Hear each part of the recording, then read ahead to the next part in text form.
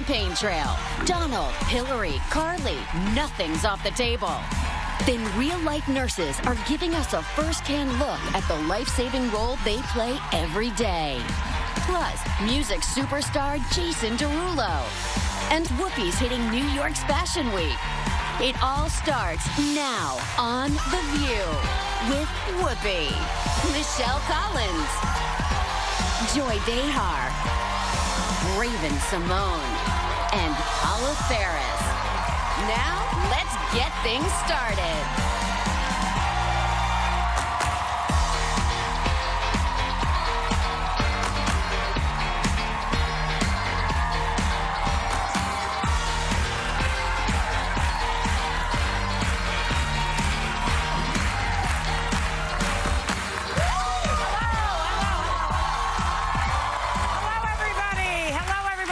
To The View. Now, you know, we've been talking a lot about nurses this week. Oh, yes. And today, The View is going to celebrate nurses. They're here today, they're ready, and we can't wait to talk about all the great work that they do. So, ladies, are you ready? We are ready. I was born ready, Joy. It's Friday. I feel like eating your hair. It's like cotton candy, isn't it? Cotton candy. It does look yummy. I'll take it. Thank you very much it's to all of like Raven and Morgan McMichael's Yancey, who actually did it, but I was inspired by all of the fabulous queens out there today. I love it. I'm inspired by like Robert Redford at Sundance. I was like, I look like I'm going to like ride horses in Utah. I love it. Okay, topic number one. Yes. Now, Donald Trump is taking heat for what happened at a town hall meeting in New Hampshire yesterday. Take a look. Just watch. Okay, this man, I like this guy. We have a problem in this country. It's called Muslims. We know our current president is one. Right. You know he's not even an American. We need this birth question. certificate, This is the man. first question. But anyway, we have training camps growing where they want to kill us. Mm-hmm.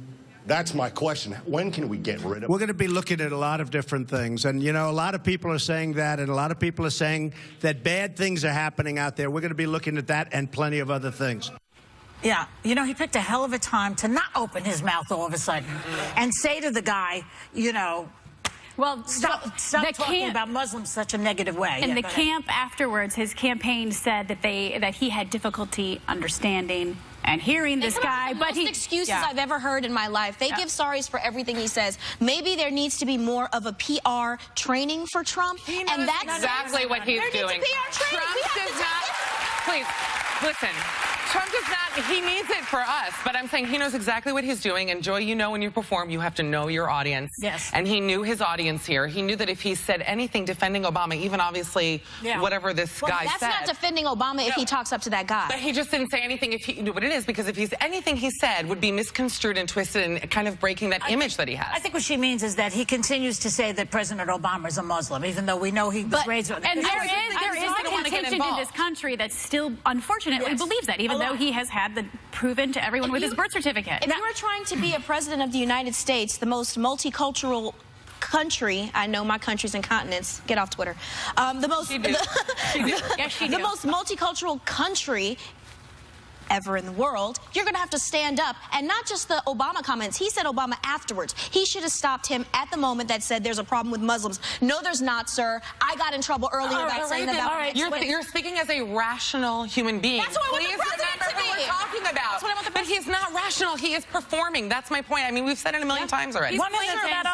of the things you just said, Raven, is he needs PR training. He doesn't need PR training. He just has to watch how John McCain handled a similar thing in a few years ago. Watch the way John McCain does it. I can't trust Obama. I have read about him, and he's an Arab. He is not. No, ma'am. He's a decent family man, citizen that I just happen to have disagreements with on fundamental issues, and that's what this campaign is all about. He's not. Okay, that's the way to do it. That's genius. That's the way to do it. But that's a real candidate. Right. You know, that's the problem. Well, are you saying Michelle, are you saying that Trump is not a real candidate? No, I'm saying it's scary that he is a real candidate, okay? Because McCain was actually a guy, he had political experience. He was a Senator. POW. Yeah, he was a senator. And POW, Well, yeah. Trump, I mean, listen, you're fired, you know? Does this have anything to do with the fact that... No, I'm serious. Like, how do we know him? For reality television. I have a question, Joy. He has also, not that I'm a huge fan of Donald Trump, but he also has a lot of business experience, and that's what he's pushing ahead right now. Does it have anything to do with the fact that a lot of the political campaigns between candidates and in the political field always spew hate towards each other and always are bringing down the other person, and then that bleeds into the community? I will say both sides are unified about this. Bernie Sanders, Chris Christie, you have people on both sides of the aisle that are demanding an apology. And they said if that would have happened to them, they would have stopped him right in his tracks, just like John McCain did. That's right. Most of them, I think, trained. Do you think that shows who his audience is a little bit? Tell me a little something. Joy, I don't know if it's his audience. That's Maybe exactly it's just right. that one person. But Look at that guy. When was the last time you watched that T-shirt? But that was a racist comment. That was a racist comment. I can't believe that all the people who are following Donald Trump are racist. I just don't buy it. No, I don't think that's the whole audience. That's just that one man. Let's hope. Let's hope it's just that one. Let's hope that's just one an anomaly. We'll find out. Now, there's been an outpouring of support for the 14-year-old Muslim high school student, Ahmed Mohammed, who was arrested for bringing a homemade clock to school that was mistaken for a bomb. Yes, but because of his name, is this a clear-cut case of racial profiling? Can I just say, we have a photo of it. Let's see the picture. Let's see the photo of it. And let me just say that the teachers at this particular school were told if they saw any suspicious activity to report it. A teacher heard the clock actually like ticking, actually beeping, and then reported it. Not tick. I know, but I will just say, okay, you can see that the red area, that might be where the clock is. I learned that in Peter Pan. It ticks. It does tick. Where is the clock? I am not saying that this looks like a bomb, but it doesn't look like a clock, and if that's what the teachers are supposed to do. You know, another kid brought in an inert bomb as one of his little projects. Inert meaning, I guess, that the thing is not loaded, obviously. Right. But he was not profiled. Now, we don't know whether that kid was Muslim or not. I also read that there's a Muslim group that has commented on this topic, and they are not mad that they took the boy in custody because they were calling it the political climate and how America... They blame the media. They blame the media, which I do too. I mean... Let me tell you what the problem with this story for me is. The police have a point, in other words. The police have a point. But no, here's what was handled really wrong for me. I mean, listen, yes, see something, say something. I can understand a teacher, whether the kid was a Muslim, Joy's whatever. been a teacher. Hold on. I mean, there were, when he was taken into, let's say, principal custody, let's call it. Yeah. 5 cops interrogated him. He's a 14-year-old kid. He could not call his parents. I got chills when I heard that. Can you imagine this poor kid? He's an engineering kid. Couldn't get in touch with his parents. They should be sued for that. I'm sorry. And that's wrong. That made me very upset. That's abuse. Great to say we have no more time for Hot Topics today. No? We have such a packed show. This is it. But when we come back, The Political View takes on the hottest topics in election 2016, and I'm the referee. This is going to be good, so stay tuned.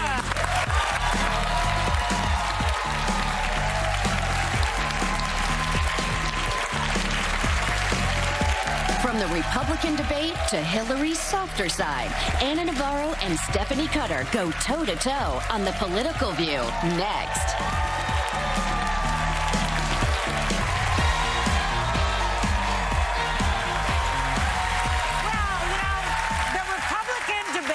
Ended about, what, 10 minutes ago? It was long. Are you sure? I went into menopause 10 times in that thing. And once again, they've proved that politics is the best and funniest reality show on TV. Check out the real candidates on the GOP right now. Watch. Shouldn't even be on this stage. He's number 11. I never attacked him on his look, and believe me, there's plenty of subject matter right there. We don't need an apprentice in the White House. We have one right now. Excuse me, 1 second. No. I didn't want to. You cannot take more energy tonight. I like that. I think women all over this country heard very clearly what Mr. Trump said. Oh, yeah. Well, here to face off on all the hottest topics on the campaign trail, please welcome our political analyst, Anna Navarro, and Deputy Campaign Manager to President Obama, Stephanie Cutter. Welcome, ladies. Before we get into the weeds here, why do we still have to talk about women's looks? I mean, we only talk about Carly Fiorina's looks and Hillary Clinton's. We never discuss Marco Rubio's cute face. He's adorable. He is kind of cute. Yeah. Why is that?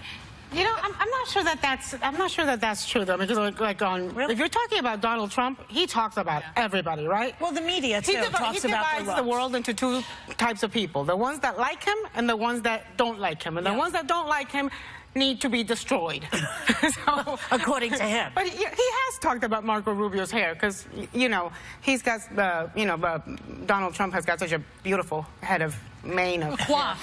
Yeah, but don't you think, Stephanie, that they're constantly discussing it? Hillary's hair, she looks good, the pantsuits, the whole thing. I mean, I think this says more about Trump right now than anything else. Remember, he wants to cherish and take care of women, but you're right that the media, it does hold women to a different standard in terms of their looks. I think Carly, just being on come on, it takes us, what, 7 hours to get ready in the morning? Man, a spritz under the pits and out the door. I know. It's not fair. Now, I will tell you, though, I've always thought that women are the harshest judges of other women. We're hard on each other. We judge each other a lot. That's true. I think that's Women can get catty.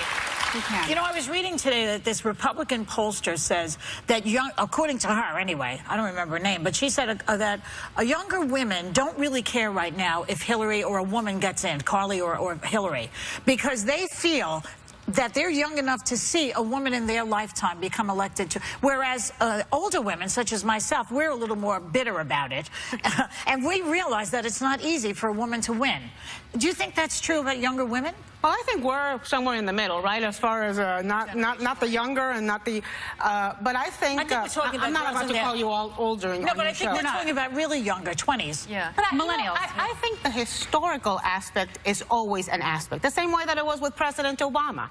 But also, you do want somebody that is qualified. I mean, to me, that somebody's Hispanic does not trump. I almost shouldn't use that word anymore. The fact that they are qualified or not. That has got to be, Why for me. Why can't you say Hispanic? No, I can't say Trump. You can't say Trump. I can't Trump. Okay, speaking of Trump, you guys. Speaking of Trump, we just saw the clip. We heard that... An angel loses his wings every time I say the word. I got to ask you about Trump, that word we were just talking about. You heard that anti-Muslim question that was posed to him. You're now hearing from both sides of the aisle that he should have stopped this right in his tracks, but he didn't. Why didn't he put an end to this right away? Is he playing to a particular base? Paula, you want me to interpret Donald Trump for you? Please. While sober. Stephanie, why don't you give a shot, Stephanie? Now, remember that Donald Trump was the man who funded a lot of the birther movement that challenged President Obama's citizenship in the first place. I was in the White House at the time where we had to turn over the president's long-form birth certificate from Hawaii just to prove them wrong. So it's not a surprise to anybody that Trump wasn't doing what was right and correcting them. Do you think he really believes it, or he's just making it up for publicity? Who knows what he believes? He said he couldn't hear the question. Remember, I don't think we should give him the benefit of the doubt. He always says that he misspoke or he misheard. That's kind of like, but also remember, he thrives on controversy and media coverage. Every time there's been a controversy, whether we're talking what he said about POWs, what he said about John McCain, what he said about Megyn Kelly, what he said about Mexicans, his numbers go up because it leads to us talking about him and him getting but this it kind constant of obscures media some of the right things that he's saying. A few things that I agree with, and then you hear something like this on this but as long as he's in the headlines, as long as it's being talked about, it's called free media. Because Donald Trump is very, very rich, but he doesn't want to spend any of his lot of money on ads. Which may be why he'll never be the candidate. No one's good. Are the Koch brothers ever going to put money into Donald Trump? Who do you think is going to drop out, by the way? Who's the next dropout? Well, I guess the logical answer would be the ones that are in that undercard debate. The RNC, the Republican National Committee, has kind of hinted that there may not be a JV, happy hours, kids table debate the next time. We did see Lindsey Graham have a fabulous, Senator Lindsey Graham. He's very funny. He had a fabulous debate this time. But there were 3 others who, are practically not being talked about at all. And I don't know, I don't know until when they keep next. It's possible. I mean, I think a lot of people were talking about Chris Christie dropping out before. He'll never drop out. But he had a great performance. I think he breathed new life into his campaign. Instead of talking about somebody dropping out, let's talk about somebody getting into the race. Yeah. There was a report that a Biden staffer was overheard on the phone on an Amtrak train saying that Biden's 100% getting into the race. We've seen the new numbers. 60% of Democrats want him to get in. He's calling out Trump now. Do you think he's going to enter this presidential race? God, I hope so. You hope so? I do. You're a Republican. Why do you want him in there? Because I think he's fun, because I think he's authentic, because he doesn't have to plan spontaneity. He is But you're a Bush spontaneity. girl. But it doesn't, but you know, Joey, that's what's wrong with America. That people think, okay, because you're one thing or you're another. Well, I've heard you tout Jeb Bush on this show. Yes, that's fine. So but it's Bush versus Biden. Who wins? Oh, I think Hillary Clinton is easier to beat, but I'd rather have Joe Biden in the race because I think it's going to be a better race. Come on, Anna. Bush v. Biden. Who wins? I think Bush wins, but I think Biden will make a very... I think he's got a lot less baggage, Biden, than Hillary. And look, I can disagree with Joe Biden. Biden has a personality. I know Joe Biden, and I can disagree with him on policy all day.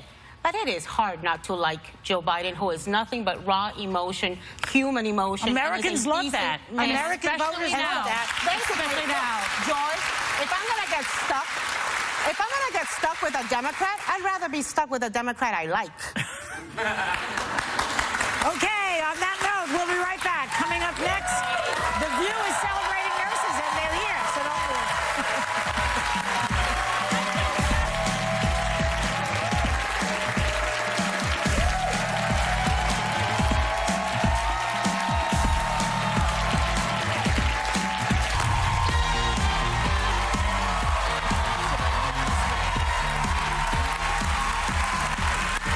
After we made comments about the Miss America broadcast and the talent performance by Miss Colorado, we heard from many of you.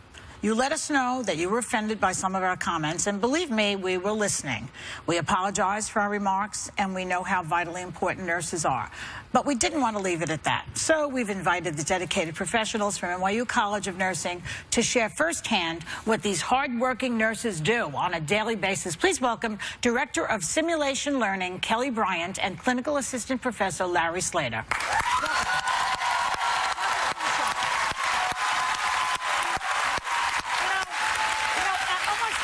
Everyone has come in contact with a nurse at some point in their life. I certainly have. It's several times, actually. And we know how dedicated and wonderful you all are. So on behalf of all the nurses out there, what do you want to tell us about yourselves? Well, first of all, thank you so much for having us on your show. We're very honored to be here to represent our profession. You know, with over 3.4 million nurses in the United States alone and millions more around the world, it's a little hard for me to speak on behalf of all of them, but I'll give it my best shot. But when you think about how nurses are perceived, and you look at the Gallup poll, for 13 years running, we've been listed as the most honest, ethical, and trusted profession out there. But sometimes we don't feel like we're the most respected. And nurses come to the forefront a lot during times of tragedy. You know, the countless amazing women and men that have saved lives after September 11th, or Hurricanes Katrina and Sandy, or the tsunami in Asia in 2004, or our military nurses on the front lines in Iraq and Afghanistan. But the truth of the matter is that there are countless heroic nurses and countless Kelly Johnsons that are impacting lives every minute of every day without so much as a whisper. They're not doing it for the recognition. They're doing it because of their passion and their love and the impact they can have on those they care for. I want to say, I personally, and think we all did, we learned a lot this week. Thank you guys so much for coming here. You know, as a result of this situation, I really didn't understand the challenges facing nurses and the need to improve how people view and appreciate what you guys do. And I'll be honest, I think the comments made Monday kind of played into that, and I'm sorry about that. But, you know, every day you guys deal with life and death situations. Tell us about some of the emotional impact of being a nurse. Being a nurse is physically challenging, it's mentally challenging, it's emotionally challenging, because we're dealing with life or death situations on a daily basis. My background, I worked as an OB nurse, and I'm also a women's health nurse practitioner. And I've had days where I have, you know, helped a woman give birth for 10, 12 hours on my feet. And then there's days where I turn around and I have to tell a woman that, you know, she's experiencing a miscarriage. So that takes a toll on you. As much as they say, you know, leave it at work, it's very hard to disconnect. And it's just challenging overall. You have so many members of the healthcare team. You're kind of collaborating with them to provide the best care to these patients. So it really does take a lot. Communication, critical thinking skills, communication. You're dealing with families, with populations. And for these people, you're providing a lot of emotional support through a very stressful time in their lives. I know you're working extraordinarily long shifts as well, but my sister-in-law, several of my best friends are nurses, some of the smartest women, people that I know in general. How hard have you worked to get to this point in your career? Well, when you look at our education, we do have to get a degree from an accredited institution through a very rigorous nursing curriculum. So we take a lot of science courses, pathophysiology, microbiology, pharmacology, and then a lot of nursing-specific courses to learn how to take care of individuals from birth to that end-of-life care in their last stages. On top of that, if we graduate from a baccalaureate program, we have classes in leadership and management and professionalism, so that when we go out there and work with this healthcare team that Kelly talked about, that we can not just be part of that team, but we can be leaders in that healthcare delivery system. And once we do all that, we have to take an exam that we have to pass, and once we pass that and everybody tweets and tells all their friends, yeah, I passed, then you apply to the state and you become a licensed nurse. And I just want to add, too, in addition to your classes, we are also in a hospital setting doing sometimes 8-hour shifts in addition to studying and taking exams. So it is very taxing. You know, one thing, I have to say, one thing that became abundantly clear to me this week was that nurses wear stethoscopes. Yes. I heard that you brought a few of them with you. So show me what you do with that. We sure do. And we brought one for everyone. Thank you. To have a few. Thank you. There you go. All righty. There you go. Thank you very much. Thank you. It's heavy. All right. I like this. Wow. Very good. Wait, well, she's dead. You hear anything? That's true. It's beating with life. Well, again, thank you guys for being here. And, you know, hopefully by focusing on this today, we can help better understand and recognize the critical role that nurses play in caring for others and making such a big difference. So thank you, guys. And ladies and gentlemen, please help me say thank you to some very special people. Guys, come on out.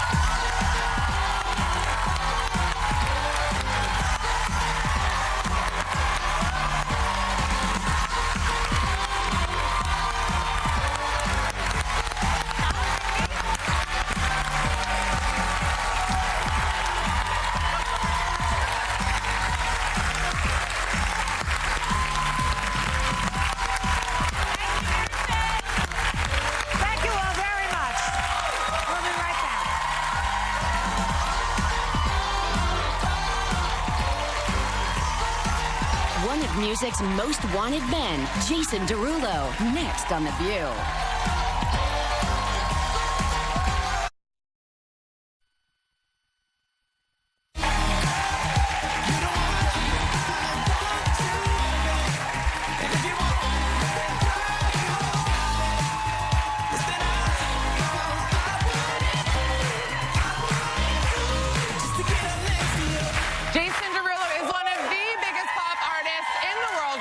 With 20 million social media followers, 50 million singles sold worldwide, and 2 billion views on YouTube, a million of which are mine.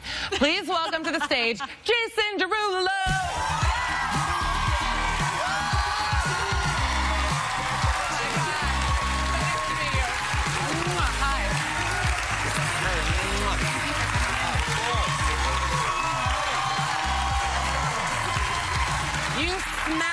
Delicious. Amazing. Oh, well, thank you. Everyone needs to know. Side note, my dream cell phone ring is Jason Derulo. I love that. Wow. Is that your ringtone? Yeah, we should sell that. She's got a voice, doesn't she? Yeah, You really need to recruit her. Please, you're embarrassing me. Keep talking. I love it. Now, you have had a very successful year. Every song you put out is basically a huge worldwide sensation. And you actually said that it's because you take more risks than other people in the business. What did you mean by that?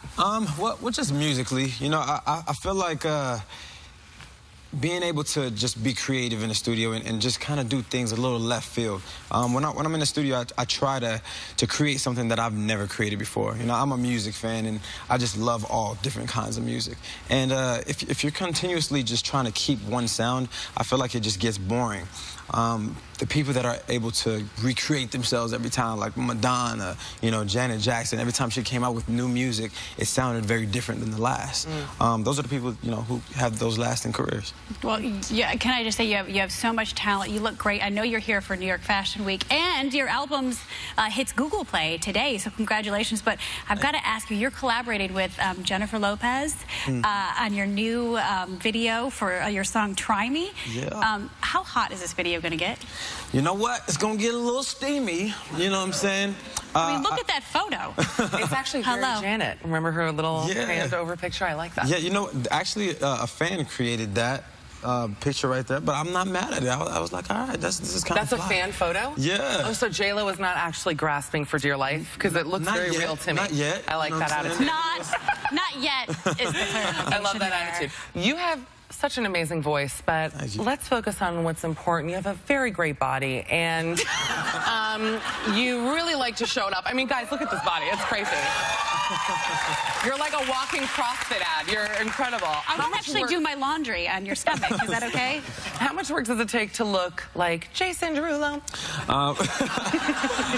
You know what? I've recently become really obsessed with the gym, and I think everybody needs to like just find their thing. Whatever your thing is, physically, whatever works for you, you need to just continue to do that. Got it. If you like to sit, yes. Like if you like to play basketball, if you like to dance, if you like to do Zumba, like whatever your thing is, you know, just make that your thing so you could get up in the morning and be excited. You're single these days. Have you guys done Zumba? You did Zumba? Zumba? These guys don't even know what it is. It's fine. Yeah, I brought up a little point. Speaking of women, what are you looking for in a woman? Because I hear you're single. You're on the market. I'm sure there's plenty of available ladies here that would take you up on that as well. You know what? For me, I'm not really looking for anything right now, but the kind of woman that I will see myself with in the future, is somebody that I could just have a good time, laugh. You know, I like having a good time and just trying new things. So I'm the kind of person that goes to a restaurant and order like 5, 6 different things just to try new things. So that's kind of how I am in my life. You know, I like to try new things, and you know, if we want to go swim with sharks one day, you know. Listen, I love sharks. I love food. What are we talking about? You know, ding, ding, ding, ding. I like Jason. Don't look at me when you talk about it. This is actually very exciting because your new album, it's called Everything Is For, and what's great is that it's available on for free starting today, right on Google. Tell us about that. Like, why are you giving it away? So first off, you know, Want to Want Me was you know, such a success. Big thanks to my fans out there. It was the most added song in top 40 radio history. So thank y'all so much. So this album, Everything Is For, like, I really wanted everybody to get a chance to experience this album. And everybody is not able to go to a store or get on iTunes and buy my album. So I partnered up with Google Play, and I was able to gift this album for free so that everybody is able to experience this. So generous of you. It's so generous of you. It's smart because now everyone will know it. Yeah, exactly. Everybody get a chance to experience the album now. And we want to go back. We mentioned that one of the reasons you're here is because of New York Fashion Week. So how did it go? It's going good so far. You know, I'm still on yesterday right now. I haven't had any sleep, but you know, it's going good. Jason, you're looking fly. I gotta say. Appreciate that. You would never know, honestly. And I just want to say it's been so great having you here. Our thanks to Jason Derulo. For more information on how you can get his album for free, check out our website, and we will be right back. Jason Derulo. I can't stop saying it.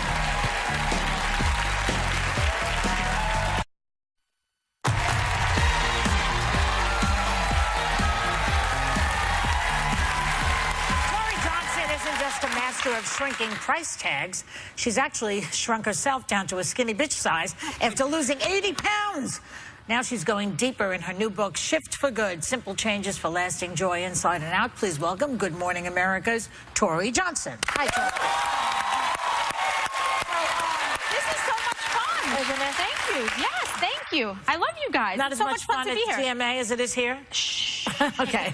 Now you lost a lot of weight. I did lose a lot of weight. What inspired it? So a very candid conversation with one of my bosses. I've worked for 10 years for Good Morning America. They hired an obese girl. They knew what they were getting from day one.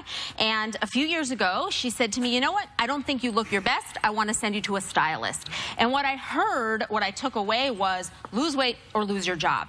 And it was quite frankly the best thing that could have happened to me. Did she mean that though? She didn't mean that. What do you think she meant? She meant that you look pretty or you look better. Find the best version of yourself. She said I think that's what she meant. I think what she meant was you're not the best version of yourself. And I can see that. I can see it in the way you carry yourself. And she offered help. She offered to send me to a stylist. She sends you to a stylist, but it's a trainer. You're like, when are we styling? You know what, though? I knew. Waiting to get styled. Yeah, exactly. I knew in that moment, this isn't about my clothes, this is about me, and there's no stylist or trainer who can fix this, only I can. And so I took it as a challenge to just go lose weight, to finally do what for 40 years I had never been able to do before. Okay, so I love working with you. We work together at GMA, and I've seen the transformation, just physically, emotionally, everything. So how did you lose your weight and keep it off, Tory? So the biggest thing is, like, eat less. Like, duh, right? Like, if you weigh too much, you probably eat too much. And so I stopped eating as much as I did, and I think everybody knows that that's what you have to do literally, but it's so much more of a mental plan than a meal plan. And it's sort of the story we tell ourselves, the message we put inside our head that is so much more powerful than whatever food it is that we choose. And so for me, it was about how do I continue on this path day by day, not a diet, a temporary pause on bad behavior, but how do I keep doing this for good? I think a lot of people think, people battling weight problems think that once they lose the weight, things are going to get better. They're going to find love, make more money. Is that true? Like, how is it? I don't think that's true at all. I think that we live very much in if only, right? So if only I could lose the weight, everything would be perfect. Maybe for you, if only I could get this job, life would be perfect, right? Not so perfect. Like, we all still have our struggles. Now, I don't mean that about here. I thought you were talking about my weight. I was like, Tory. No, not weight at all. I'm talking about people think, if only I get married, everything will be perfect. Right. If only I do fixes. this. Yes, right, but we constantly think. I just did one. The grass is always greener. We always think that, if only. And so I think that what we realize ultimately is that it's a work in progress. Life is very much, that pursuit of happiness is very much a work in progress. It's not a one and done, right? We don't just sort of find that one thing. But did anything get better after you lost weight besides the outfits? Yeah. So yes, I think I have a greater sense of confidence. I'm when I get invitations in the mail, I'm willing to go to them, go out to events. I'm not so hiding at home, which I think that I did. And quite frankly, I look at those pictures and I'm uncomfortable with who that was. I think we also have to remind people that it's in the food. I lost a lot of weight myself, and we have to go, Joy, right? But you have to look at what you're putting into your body, and you have to look at what you're eating, because a lot of the foods that you're eating, you can't even pronounce the words. Yeah. And you also tell everyone how you do other things to keep your mind off of eating, because I eat for boredom, fun, happiness, joy, and sadness. And I have to find all the emotions.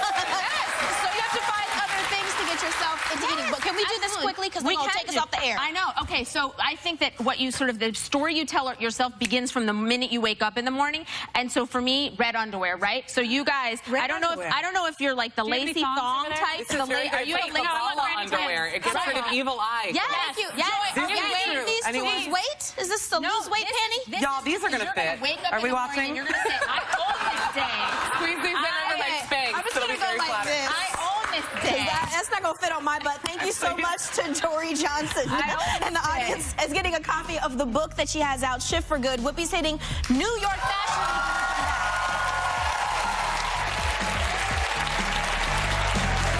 She is a legend. She really is. A one of a kind.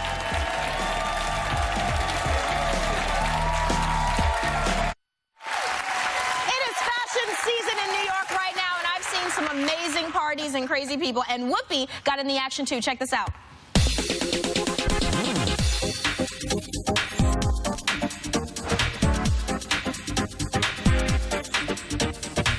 For the past 8 days, New York has been the center of the fashion universe.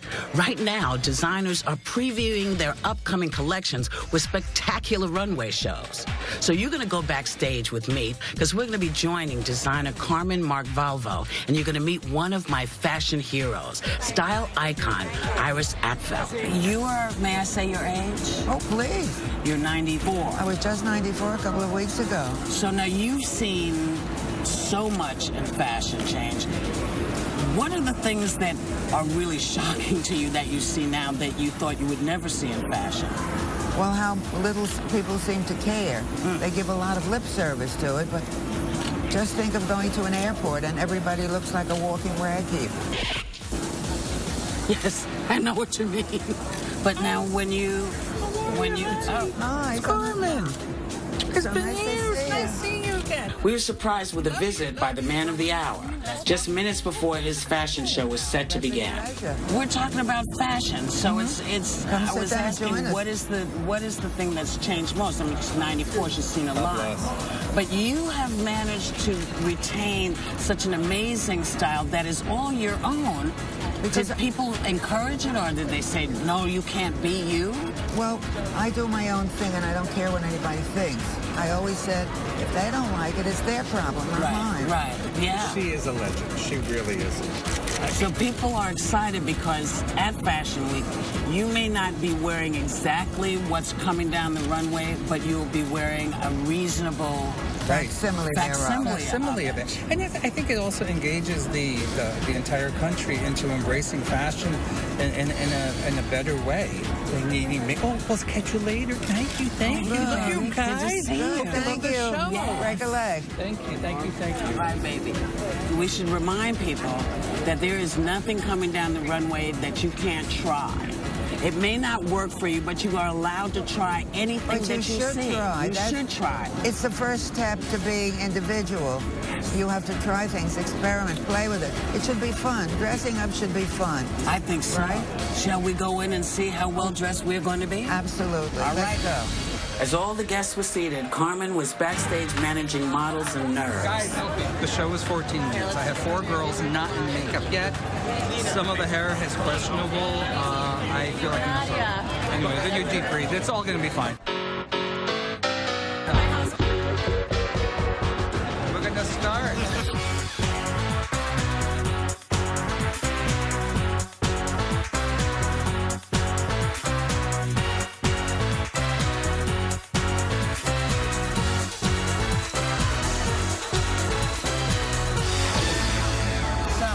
Love the show? Oh, I loved it. I was very excited to see him do menswear. I think he did it brilliantly.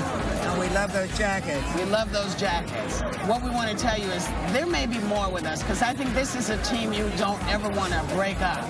So, from Iris and Whoopi, ciao, y'all. Ciao, ciao.